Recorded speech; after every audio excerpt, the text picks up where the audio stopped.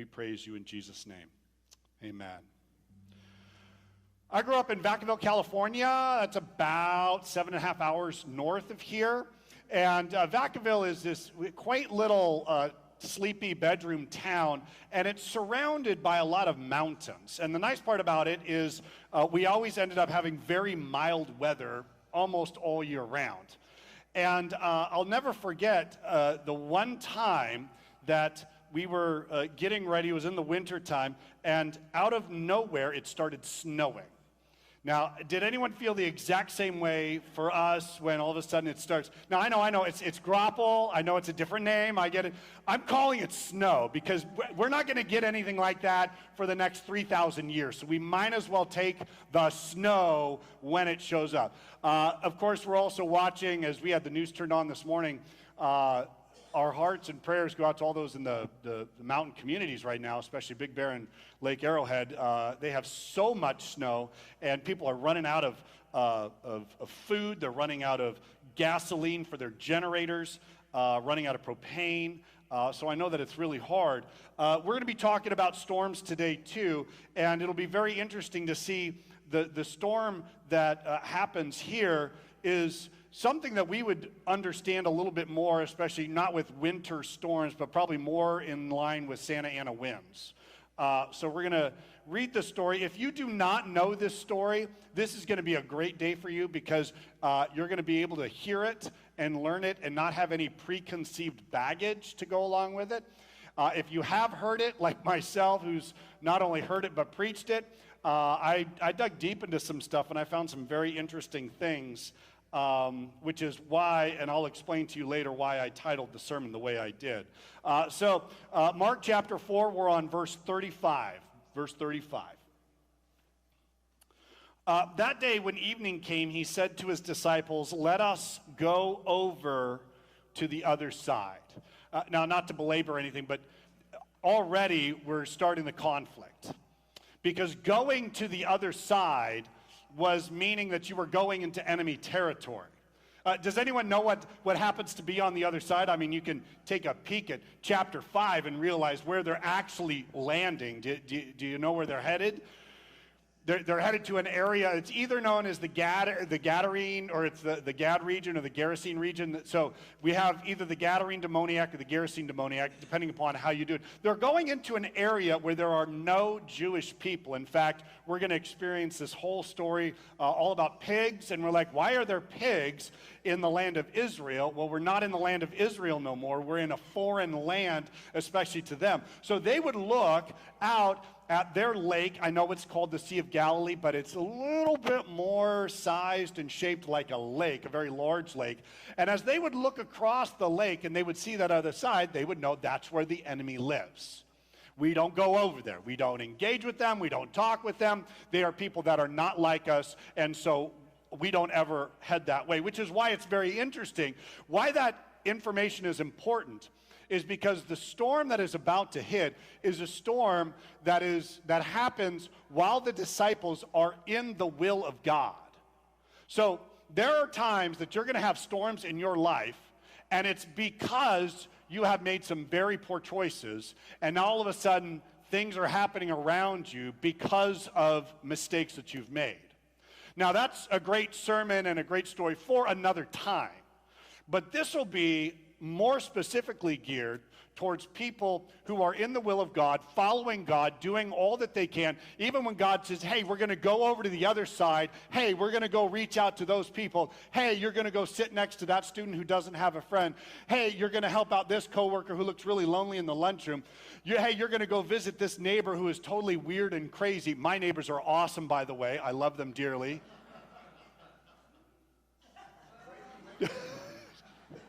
I said my neighbors are awesome and I love them dearly. I think she doesn't feel the same way. Yeah, she's like, sure, yeah. So when God says to go do something that's maybe out of your comfort zone, maybe you're going to go on a mission trip, maybe you're going to go into the ministry, maybe you're going to start tithing, maybe you're going to work for the homeless. There's lots of things that God calls us to do, and when he calls us to do it and we do it, oftentimes what we expect are sunny skies, with birds chirping and rainbows forming, going, this is going to be wonderful and easy and lovely and it's going to be amazing. But that is not what happens here. God is asking them to go to the other side, to an area that they're not too certain about. And it's very interesting why he wants to go do that. Is it going to be for a massive revival that on the other side there's going to be thousands of people waiting for him, about to cheer him on? Is he going over there because there are Israelites that have wandered over in that area and they need ministry and help? You'll be surprised why he goes over there. But for the disciples, they're going over into an area they do not want to go over, but they do it. They obey God. So they hop in the boat, and I did a deep dive and didn't get very far, but that's okay. What do you imagine when it says they got into a boat? What is your view of the boat? Like, what do you picture? Small. Like, how many people does your boat sit? How many did your small boat? How many does it sit? About 10. Okay, all right. Yeah. What else do you think?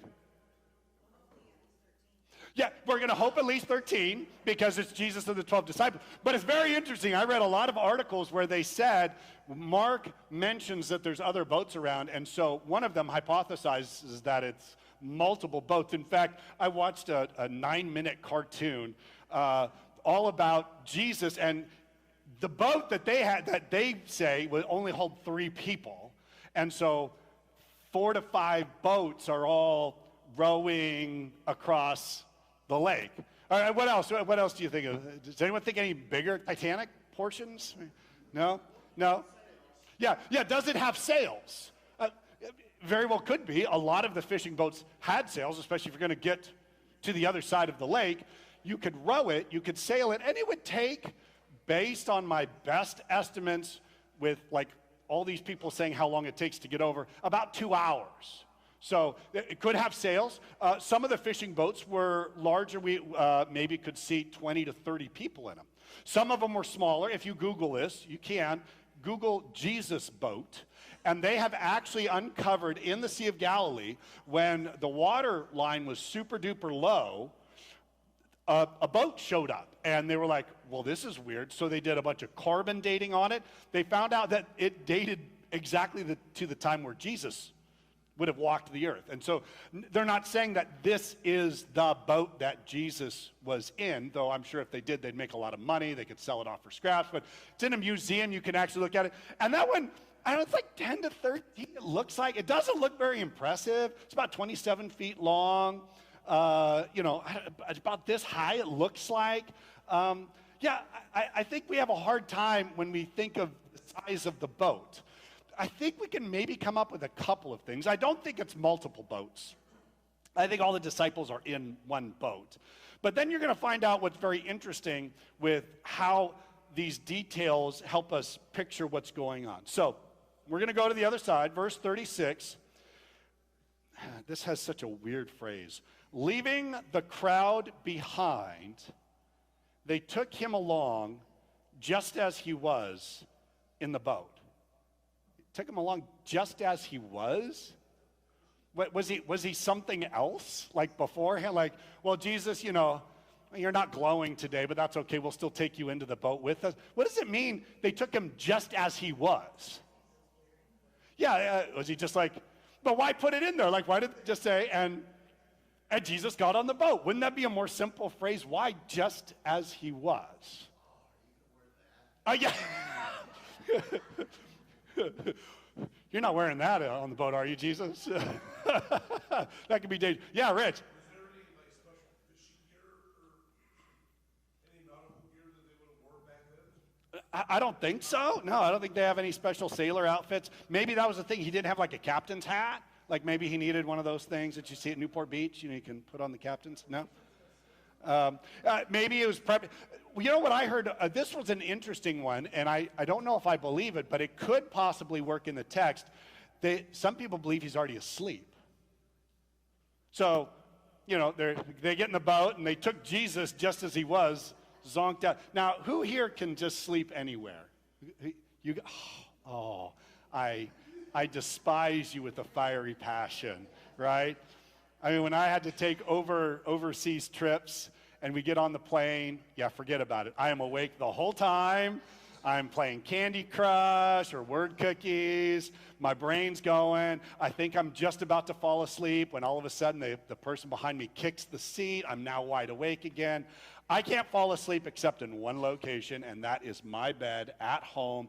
If I take trips out and do conferences, first night, doesn't matter. I'm going to be awake the whole night because I'm not in my bed, and it feels weird, and I don't like it. Jesus apparently has the gift of being able to fall asleep at a moment's notice. Now, this is an interesting thing because it is oh yes, Marcella?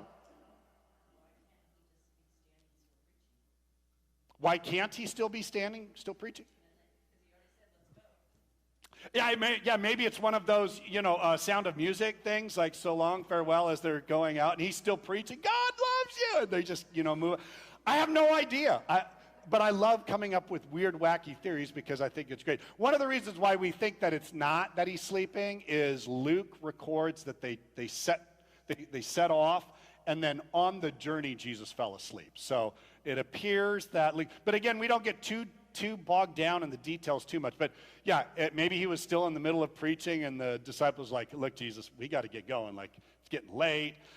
And then Jesus, oh my gosh. Let's see what. So first of all, just as he was in the boat, there were other boats with him. That's what some people believe means that there's 4 or 5 in this caravan. I believe that's simply just to mean there were other boats on the lake at the same time.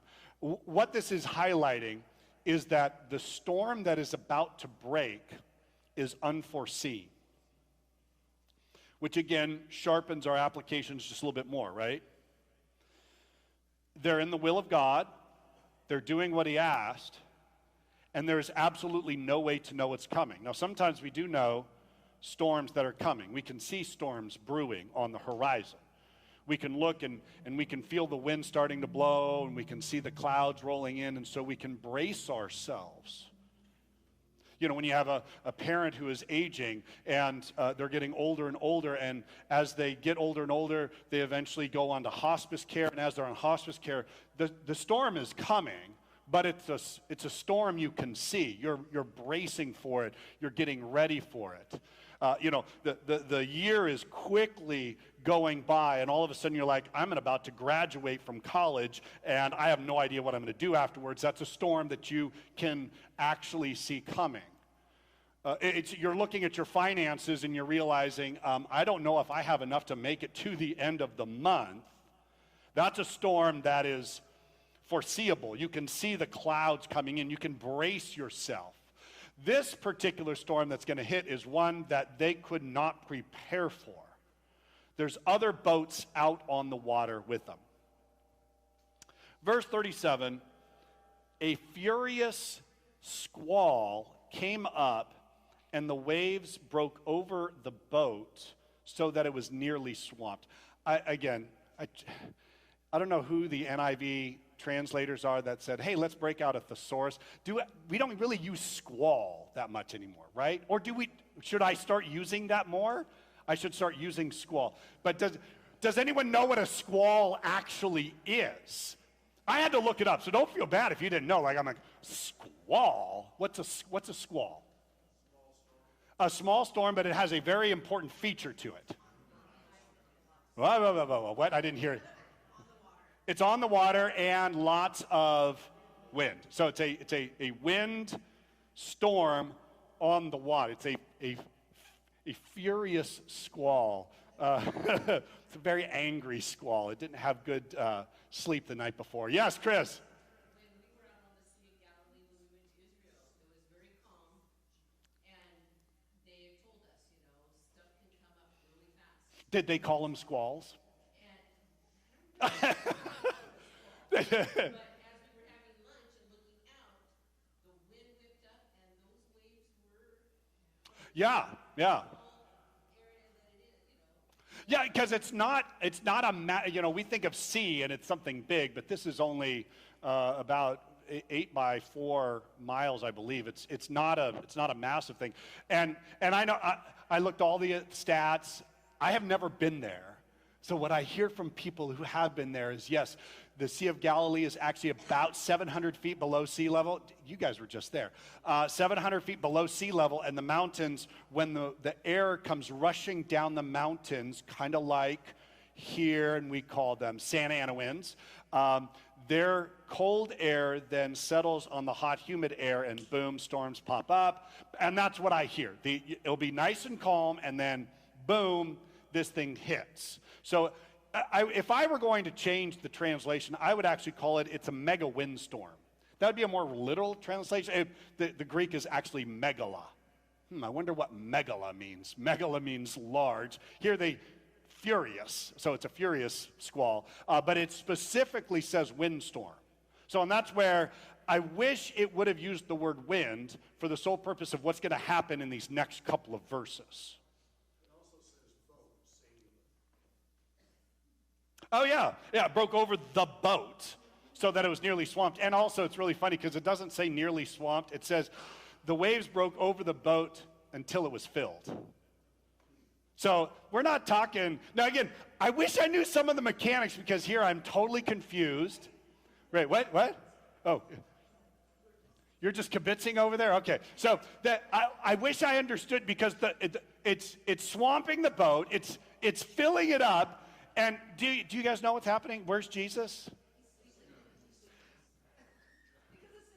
Well, I know, but how is he sleeping? Is he wet? Can people actually sleep when they're wet? It does happen. It does happen. There was a child. Yeah, exactly. Heather and I, we often took our boys camping, and one time we were camping on the beach, and we were with some other friends, the Metcalfs, and while we were sleeping, a furious squall broke over the camp, but it wasn't a windstorm, it was a rainstorm, and I don't know how we did it. It was like magic for Heather and I. We literally put the tent right where all the water would rush. I don't know how I'm a Boy Scout. Like, how did I miss that this is where all the water is going to go? And so, it's going on. So I'm up, and I'm underneath actual shelter. Heather's up, and we're talking about it's time to bail. We can't do this anymore. I can't sleep. We're all soaking wet. And then we look around and we're like, where's Jacob? And so we're like, I think he's still in the tent. So I go over to the tent. It's pouring down rain. There's rivers rushing through. And I unzip it. His air mattress had deflated. And he was literally in like water. He was sound asleep. I wish I could do that. I wish I had that ability. But that seems to be, Jesus he's got to be a little, because some people say it's like a double-decker type thing. I don't know if it's a double-decker, because would he drown then? Like, he's got to be on the upper level so that when it's nearly swamped, it's still floating, and Jesus is still asleep. Oh my gosh. Jesus sleeps on waterbeds. That's the title of the sermon. So Jesus was in the stern. Again, that's an interesting detail. Why? Sleeping on a cushion. And it uses a word that is only used once in all of Scripture, and it's here. And as best as we think it is a sandbag used for ballast. So Jesus is sleeping in water with a bag of sand for his pillow, and he is asleep. Interesting tidbit, if you like interesting factoids, this is the only time in all of Scripture you will ever see Jesus sleeping. I'm sure Jesus slept other times, but this was the only time that it was actually recorded.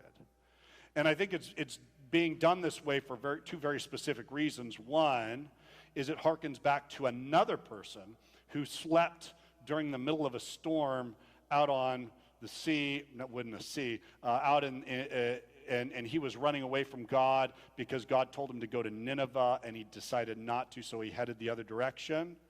Jonah. Jonah was one who was also in the middle of a storm. It's tossing, it's turning. I don't know if that one's being swamped, but alas, Jonah is sleeping. And Jesus even talks about how one greater than Jonah is here, especially in regards to his days and nights in the belly of the fish. So Jesus is in the stern, sleeping on a cushion. The disciples woke him and said, "Teacher, don't you care if we drown?" I can't prove it, but I feel pretty confident saying this. I have a feeling that this is Peter talking. And the reason why I say that is because isn't that a strange thing to say? Like, you're drowning, the boat is getting totally swamped, it's filled up, there's wind, there's waves. What would you have asked from Jesus? I would have hey, can we have a little help here, please? Can you, maybe help us row a little bit, or maybe fix the sail that just broke, or, Jesus, can you help out in this situation? But that's not what this person says. He says something that I think a lot of people say. Do you care if we drown?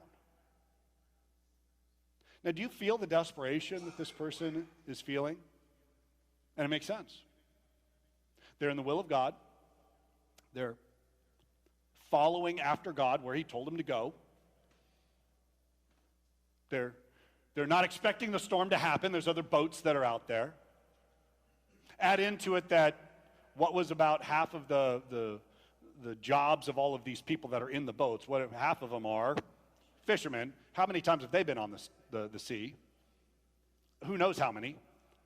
They didn't know it was coming, and it's so bad that even it scares the fishermen. To the point that the way this one is recorded, which again, we have very strong evidence that it's Peter dictating to Mark, who's writing this. Do you care if I drown? Have you ever said that? I know I have. When everything is swirling around, when you have no idea which way is up, the wind hits and it is so hard, you can't see which direction you're heading. The boat is filling up, and all you are doing is crying out, "God, do you care what's happening to me?" That's desperation. I know in other times when things start going bad, when they're kind of mild, we're a little bit more gentle with Jesus, right? We're like going to Jesus in the boat, and we're like, "Excuse me, Jesus, hello, Jesus? Yeah, oh, hi, yeah, Jesus, yeah, thank you for waking up. I was talking with the guys, and I don't know if you can feel it. It's getting a little rocky in here, How many of you are like the polite prayers, right? Dear Lord, please help me if it be in your will. We're very polite with God, but this is not a polite prayer at all. This is a prayer of desperation. God, I'm going to die, and based on all that I'm seeing, you are not present. You do not care. You have abandoned me, and I don't know what to do.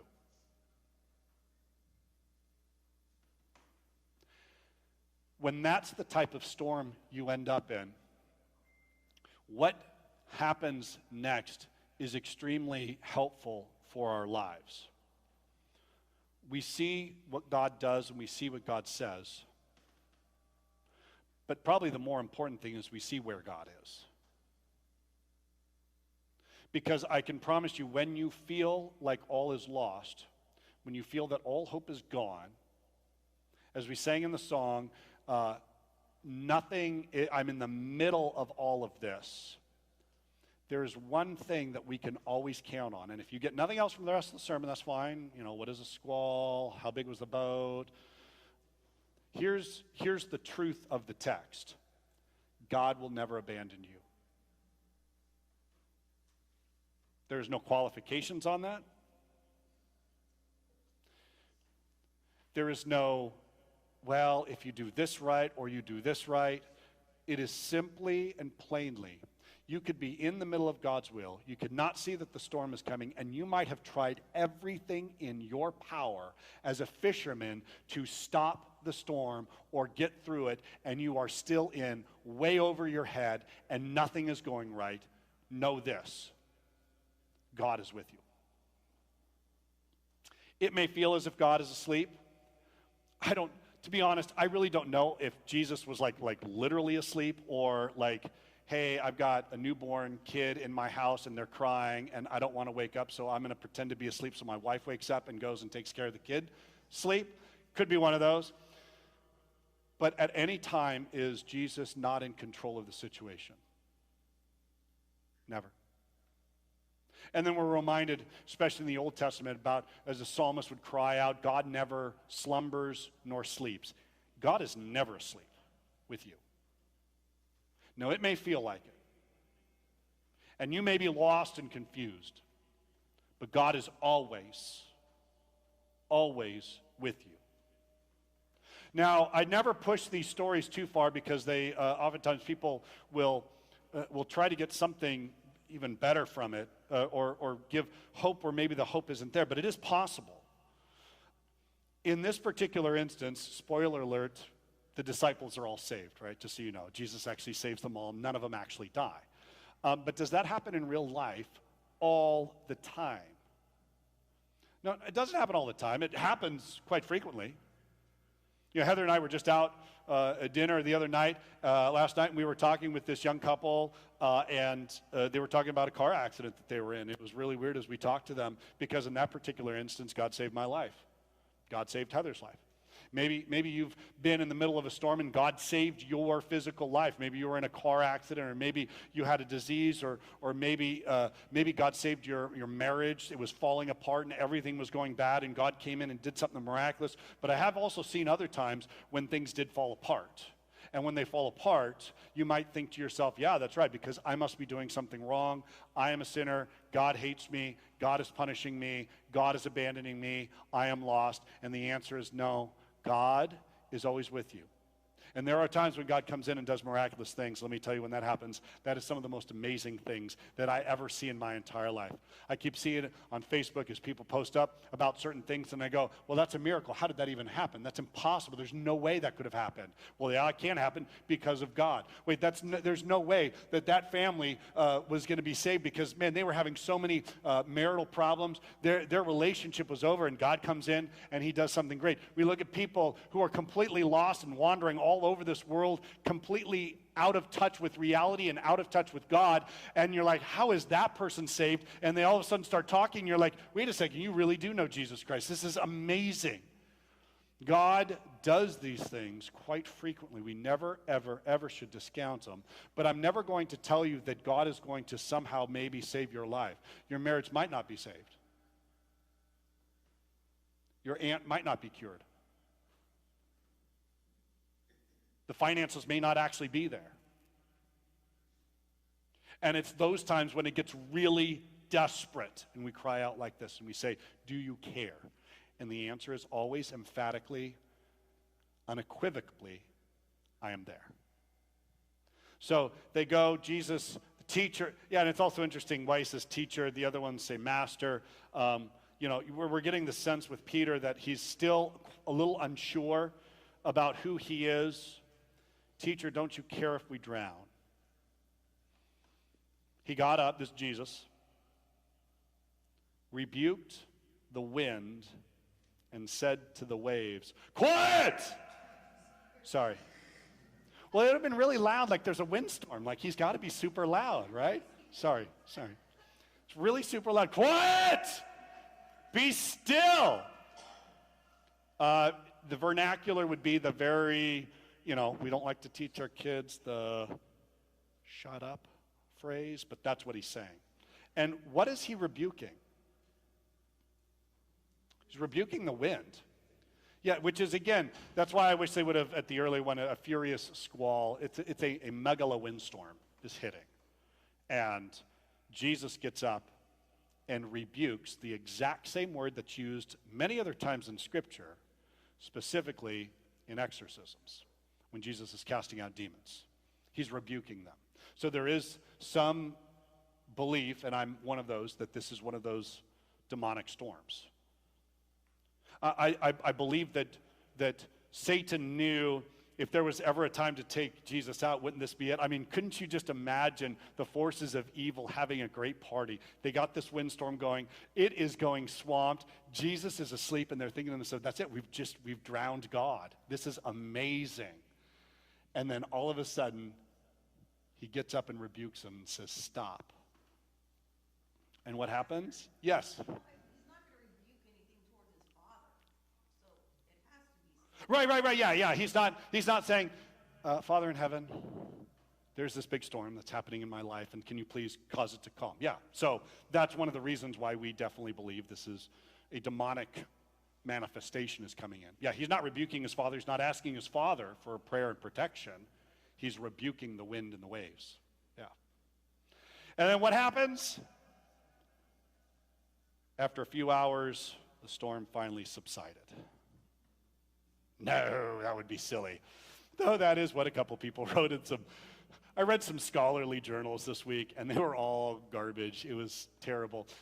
One was like, it said that Jesus got up and said, quiet and be still. And he was saying that to his disciples who were freaking out because Jesus, who had been on shore earlier, knew that the storm was going to come, and it was eventually going to, it wasn't going to be a big one. It was going to eventually subside, and he kind of knew that while all the people in the boat probably had no idea how these storms actually worked. And I'm like, oh my gosh, do you not even know what the Bible is? So this is something where he gets up, he rebukes the wind, he rebukes the waves, and instantaneously it ends. Now, I really wish I had a representation of that. I know that, and I searched for it. There's a video out there. It was shown many years at a national youth gathering, and it had this picture of this storm. And as this storm is raging and it's getting louder and louder, all of a sudden you hear, and I won't yell it, don't worry, yells out, quiet, be still, and then instantaneously it's now calm and serene. What would you do if you were the disciples right at that point? Yeah, think about it. Has anyone in your friend group ever done like a trick shot? Like they throw a basketball from full court, or maybe they're trying to do one of those ping pong things where it hits 20 different things before landing into a cup. When someone does something great like that, what do you normally do? Like, we're all giving out high fives, we're all cheering. This is so, I would be cheering Jesus. I'd be like, Jesus, you are the man. Whoa! And then I'd be looking at everyone like, did you see? He got up and he was like, stop it. And the whole thing went quiet. Oh my goodness gracious. Jesus, I'm actually feeling a little hungry. Can you maybe get a fish to jump on the boat? That would be wonderful. I would really appreciate that. Hey, Jesus, we've had really kind of a long night, to be honest, and I'm kind of tired from all this. Can you somehow magically transport us to the other side? That shouldn't be too hard. Or better yet, you seem to control the waves. Get a wave to kind of come right behind us, and then we'll just be like right on it, and we'll be like cowabunga right on in. This would be amazing. What did the disciples do? Oh, I'm sorry, we got to figure out, first of all, what Jesus said to the disciples. Why are you so afraid? Do you still have no faith? Which I believe, because Vicar said this a couple weeks ago, getting Jesus' tone, I think, is kind of hard. We don't really know how he's saying. Is he saying it like that? Why are you so afraid? Do you still have no faith? Right? Is that the sound of Jesus? Well, I'm curious, is that how he treats you? You're in the storm, things are bad, everything's falling apart, and you cry out in desperation, and God is just sitting there going, with a disappointing glare. I think we think that's how God looks at us. We're disappointments to God. Because I'm going to be in agreement. I mean, my faith is not as great as this. If I'm in the middle of the storm, usually the first thing I try to do is fix it myself. And then if the storm is not so big, I'll just try to ride out the storm. But instead, really what I should be doing is going straight to God, but I admit, I'm embarrassed. I'm embarrassed when God comes through for me and I act surprised. Like, oh my gosh, how did that happen? That's incredible. And I'm like, why am I amazed by that? We're talking about God. He's not looking at you disappointed. And then, verse 41. And this is where the title of the sermon comes in. They were terrified and asked each other, "Who is this? Even the wind and the waves obey him." And that word for terrified is actually the word for terrified. And it is very interesting that Jesus calms one storm, but then he causes another storm. Yeah, the disciples, yeah. After all that, again, they're not high-fiving each other. They're not whooping and hollering. They're not asking Jesus for another little magic trick, which would be cool, which is what I would do, which is why I'm not a disciple. Instead, they freak out. This God, this man in front of us is powerful. He controls things. He controls storms. They experienced the presence of God.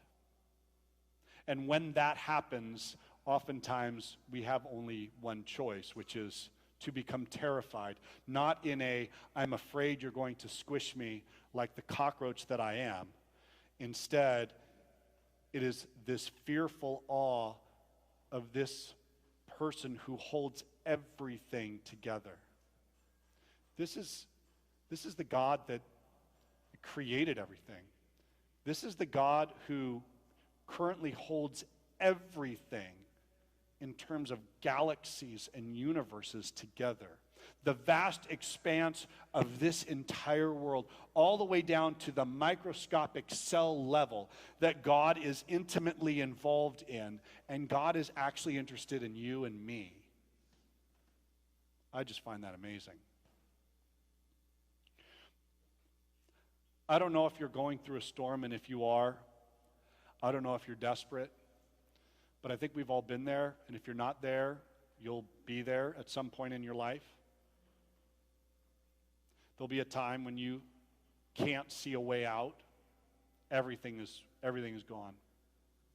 There is no hope left. There is really no reason to live. And you may think that the prayer of crying out, "God, do you care about me?" is somehow less than what others would do, and you are praying something that Peter himself would have said. God, do you even care?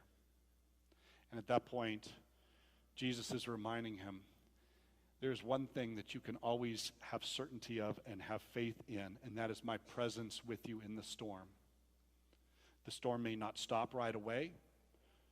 The storm may radically alter your life, but I will always be with you. And if the storm would even take your life, Jesus says, I'm still going to be with you, no matter what. In today's life, I think that faith is coming back slowly from all the turmoil that's Yeah. going on, and the Christians are now building once again. It is incredible to watch what some of it is going on. When I was younger and we planted Searchlight, I think all pastors do this. We all pray for revival. We all want to see people come to faith. And I'm not going to lie, part of me is just a shade bit jealous and upset that it didn't happen earlier when I was a little bit younger. But when you start seeing how God is grabbing hold of younger people, you are all going to be the ones that are going to lead the way because you're finding out who God is. He is massive. He is huge. He is greater than any problem you have. He's greater than any storm you have. He can calm anything, but most importantly, he'll always be with you. And when that revival takes place, it is amazing what can happen. I pray that I pray that God causes a storm in your life. Not that you're physically hurt, not that you're desperate in your physical circumstances, but I pray that God causes a storm in your heart that wakes you up, because I fear that so many times it's just literally the other way around. We are the ones that are sleeping. We are the ones that have no idea what's going on, and we are so clueless to all that's happening around us. And that is exactly what happened later on in the story Years later, there'll be another time when the disciples are fast asleep while Jesus is crying out in pain and misery. And we're reminded that even when we're asleep, God is working. And even when we're not paying attention, God does great things. I think sometimes we need a storm to wake us up. And I pray that it's not bad, so bad for you, but I pray that you have a desperation and a hunger for God, because that's what I'm seeing happening in some other places, and it's pretty exciting. And I pray that as you go through those things in life, please remember this: God is always with you. Period. We pray.